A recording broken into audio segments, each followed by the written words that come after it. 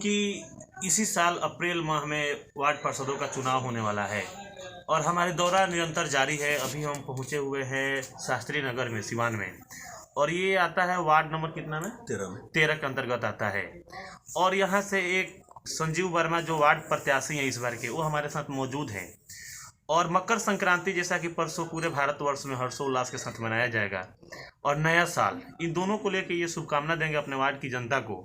और चुनावी मुद्दा भी इनसे जानेंगे कि इनका चुनाव लड़ने का मुद्दा क्या रहेगा और जनता इनके साथ क्यों आना पसंद करे, ये भी जानेंगे। तो सबसे पहले संजीव जी, अपने वार्ड की जनता को आप नया साल और मकर संक्रांति की क्या शुभकामना देते हैं आप? मैं अपने वार्ड नंबर 13 के सभी जनता को नव वर्ष की शुभकामना देते हैं और मकर संक्रांति की भी विशेष शुभकामना देते हैं। तो चुनाव काफ़ी नज़दीक है, देखा जा रहा है। कभी फिलहाल में पंचायती राज चुनाव संपन्न हुआ है और एक बदलाव की लहर चली है पंचायती राज चुनाव में, और 90% पंचायतों में बदलाव हो चुके हैं। तो क्या लग रहा है कि वैसा ही बदलाव वार्ड पार्षदों के चुनाव में भी होगा? एकदम बिल्कुल होगा, बिल्कुल होगा। और आप जिस वार्ड से बिलोंग करते हैं, क्या आसार है कि यहाँ पे बदलाव की लहर दिखाई दे रही है? यहाँ बिल्कुल बदलाव की लहर दिखाई दे रही है। 13 नंबर वार्ड में, वार्ड नंबर 13 में यहाँ जो भी काम हुआ है मेरी समझ से बहुत ही बुरा हुआ है। तो नाला वगैरह बना है, उसका ढक्कन सही नहीं है, ढक्कन टूट गया है, और विकास ज़्यादातर नहीं हुआ है। संजीव जी, एक चीज़ है कि माननीय मुख्यमंत्री का बहुत सारा योजना चल रहा है अभी आम जनता के लिए। बात करें गली नली का, वृद्धा पेंशन का, राशन कार्ड का, स्वच्छता का, नल जल का, इंदिरा आवास का, तो बहुत सारी योजनाएं हैं जिसको धरातल पे पहुंचा के लाभ पहुंचाया जा सकता है जनता को। तो क्या लग रहा है कि इन सारी योजना का लाभ आपके वार्ड की जनता को मिला है 5 साल में? नहीं, बहुत ही कम मिला है, एकदम ना के बराबर। राशन कार्ड कुछ लोगों का बना है, वही बना है जिनके पास बहुत ज़्यादा पैसा है, जो इस लायक नहीं है उन लोगों का बना है, जिसकी ज़रूरत है उसकी नहीं बना है। वृद्धा पेंशन वगैरह भी बहुत धरातल पर कोई चीज़ दिखाई नहीं देता है। वृद्धजन पेंशन हुआ, जो भी हुआ। तो संजीव जी, नल जल का भी कहीं कोई नाम निशान नहीं है। क्योंकि चुनाव में देखा जाए तो बहुत सारे प्रत्याशी अपना अपना किस्मत आजमाएंगे, लेकिन इस वार्ड की जनता आखिर में आपको ही क्यों चुने? क्या आपके अंदर ऐसा खास है कि जो जनता आपके साथ जाना पसंद करे? देखिए, सबसे बड़ी बात है कि हम लोग फेयर आदमी है, किसी तरह कोई लन फन से कोई मतलब नहीं है। हाँ। इसके अलावा जो भी काम होगा इस वार्ड में, हम सभी मिल के सभी जनता से राय लेके उसके बाद हम करेंगे। कोई किसी को कोई दिक्कत नहीं हो, काम सही हो। ऐसा नहीं कि नाला बने, नाला का ढक्कन बने, वो 2 दिन बाद टूट जाए। लोग अपना अपना इसमें रोटी सेक रहे हैं, बहुत तरह का काम कर रहे हैं। वैसा हमको नहीं करना है, सबके मन से चलना है और कहीं कोई किसी को तकलीफ नहीं हो, दुख सुख में सबका साथ देना है। एक चीज़ है कि अभी पंचायती राज चुनाव जो संपन्न हुआ है वो बहुत कुछ सिखा के गया है। देखा गया कि बहुत सारे सब प्रत्याशी जो चुनाव को बिजनेस व्यू से लड़ रहे थे, 20 लाख 50 लाख खर्च कर रहे थे। उनका टारगेट था कि आज पैसा खर्च करेंगे, जीतने के बाद हम निकाल लेंगे। और कुछ ऐसे प्रत्याशी भी थे जो बेरोजगार थे, वो चुनाव के माध्यम से अपना रोजगार पाना चाहते थे 5 साल के लिए।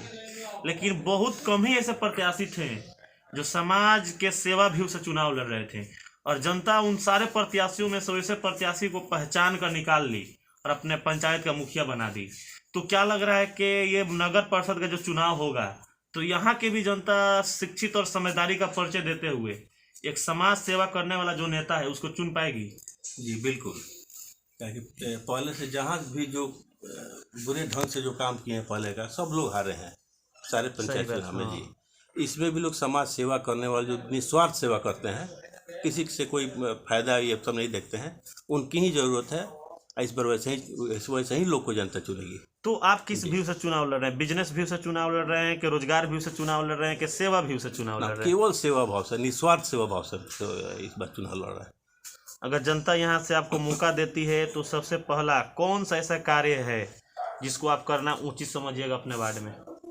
हम सबसे पहले तो करेंगे आपको कि राशन कार्ड जिन गरीब का नहीं बना हुआ है, बहुत सारे ऐसे गरीब है जिनका राशन कार्ड नहीं बना है, जिनको अति आवश्यक है उनका बनना। सबसे पहले हम उनका लिस्ट बना के उनका बनाना हम शुरू भी कर दिए हैं, बहुत लोग अप्लाई भी किए हैं। वो चीज़, हाँ, राशन कार्ड विशेष देंगे। वृद्धा पेंशन वगैरह है, जितना भी स्कीम सरकार का आ रहा है सारा हम जनता के सामने रखेंगे। तो जो भी उसके एक चीज़ संजीव जी के देखा गया पंचायती राज चुनाव में जनता जाति मजहब से ऊपर उठकर लोभ लालच से भी ऊपर उठकर वोट की है, तभी इतना बदलाव हुआ है। तो हालांकि नगर पार्षद के चुनाव में देखा जाता है कि पैसा का खेल होता है, जिसके पास जितना पैसा है चुनाव आसानी से जीत जाता है। तो क्या लग रहा है कि इस बार उस परंपरा को जनता तोड़ते हुए इस बार एक ईमानदार प्रत्याशी को वोट देकर अपना नेता चुनेगी? जी बिल्कुल, इस बार सारे चीज तोड़ के कोई भी पैसा के पीछे नहीं भागेगा, जाति धर्म के पीछे जाति धर्म कोई किसी तरह कोई भेदभाव नहीं रखेगा। और जो देखेगा जो सही में सेवा करने लायक है, जिससे हमको फायदा है, या फिर सीधा शरीफ आदमी है, लूटने वाला नहीं है, हाँ वैसे ही आदमी की इस बार चुनाव। तो चलिए ठीक है, अंत में हमारे चैनल के माध्यम से जो भी आपके वार्ड की जनता आपको देख रही है, जी उस जनता से आप क्या अपील कीजिएगा चुनाव के लिए? क्या मैं वादा है चुनाव आसानी से जीत जाता है।